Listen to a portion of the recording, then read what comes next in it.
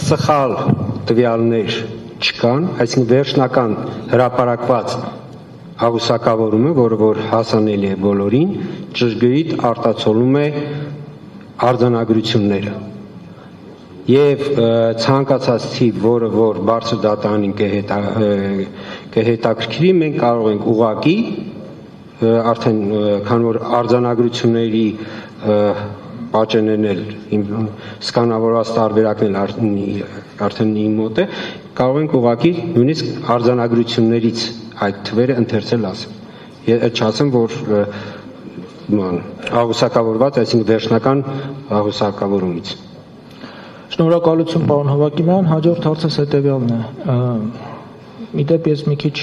կարող է տպավորություն ստեղծվել, շատ եմ կենտրոնանում այս երկու ընտրական տեղամասերում քվեարկության արդյունքների վրա։ Ինձ համար բոլոր հարցերն էլ իհարկե կարևոր են դիմողների կողմից բարձրացան, բայց այս հարցը առավել կարևոր է, որովհետև նրբերանգներ ունի եւ այդ առումով եմ հարցերս բավականին մանրամասն ներկայացնում։ Սույն թվականի հունիսի 7-ի քվեարկության արդյունքներով անճշտությունների գումարային չափը կազմել է 4331։ Եթե նշված թվից հանենք թվով 3 ընտրական տեղամասերում, կարծում եմ պարզ է, բայց նշեմ, 35 կոտորակ 65, 10 կոտորակ 51, 12 կոտորակ 13 քվեարկության մասնակիցների թվերը,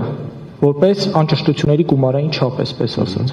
Անճշտությունների գումարային չափը պարզ մաթեմատիկական հաշվարկով կազմում է 920, 4331 հանած դրանց հանրագումարի 3 տեղամասերով ստացվում է 920։ Ինչ որ ուրեմն 3395 է 3 տեղամասերի մասնակցության թիվը, այդտեղ ինչ որ շփոթմունք, որտեղ Պարոն Հովակիմյան, այս տվյալները ԿՀ կայքից են վերցրել։ Որ տվյալը 4331-ը եւ մնաց 4331, այո, բայց մասնակցությունների թիվը, այդտեղ 3 տեղամասերի հանրագումարը անում է 3395։ Դե դա եմ ասում, 4331-ից եթե թիվն ենք հանում, դառնում է 936։ Իմ մաթեմատիկայով 920 է, չգիտեմ։ Դալիճի ցանոթ աղմուկ է։ Սկզբունքային չէ, ինչ է հարցս։ Չնայած սկզբունքային կարող է լինել։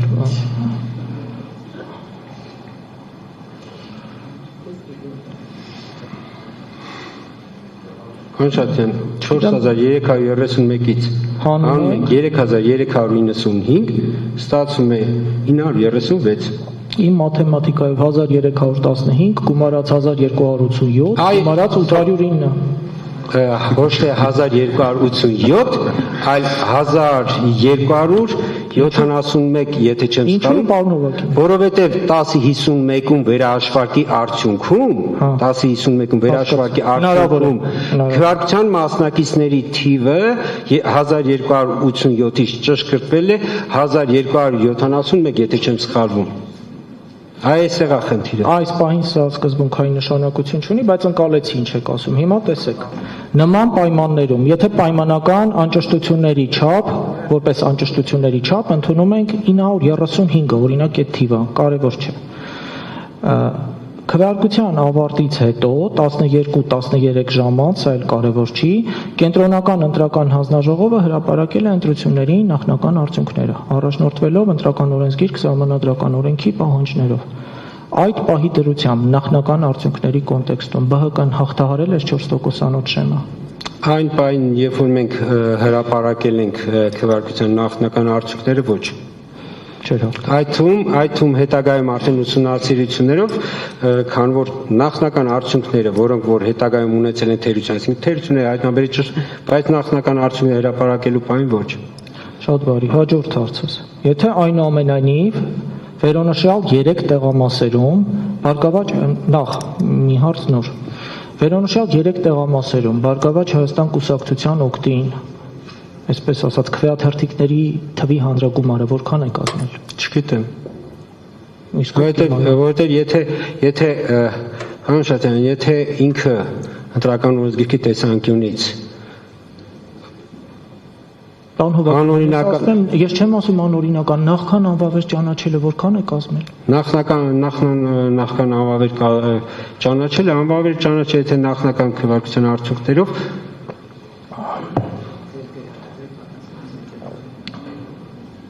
փորձեմ չէ լավ, այս պահին իհարկե ինձ համար կարևոր է նախնականով մի տեղում պիտի լիներ 9 պատասխանողը հրապարակել մի տեղում 9 մի տեղում սրա վրա ժամանակ չկորցնենք, թեպետ ինձ համար կարևոր է հիմա այս ամենի, այսպես ասած, համատեքստում, պայմանական ասած հանրագումարի արդյունքում նման պայմաններում, ինչպես ասում են վերոնշյալ 3 ընտրական տեղամասերում քվեարկության արդյունքներն անվավեր չճանաչվելու պարագայում, չճանաչվելու Բարգավաճ Հայաստան կուսակցությունը կհաղթահարեր 4%-անոց շեմը։ Ես չգիտեմ, որովհետև ես այդ 3 տեղամասերում պիտի ունենայի վավեր քվեարկության արդյունքներ։ Ես պայմանականորեն եմ ասում, պարոն Հովհաննիսյան, ես հարցի, որովհետև ես խնդիրը այս է, երբ որ չունենք վավեր քվեարկության արդյունք, իսկ ընտրական օրենսգրքի տեսանկյունից, եթե չկա վավեր քվեարկության արդյունք, բոլոր տվյալները 0 են։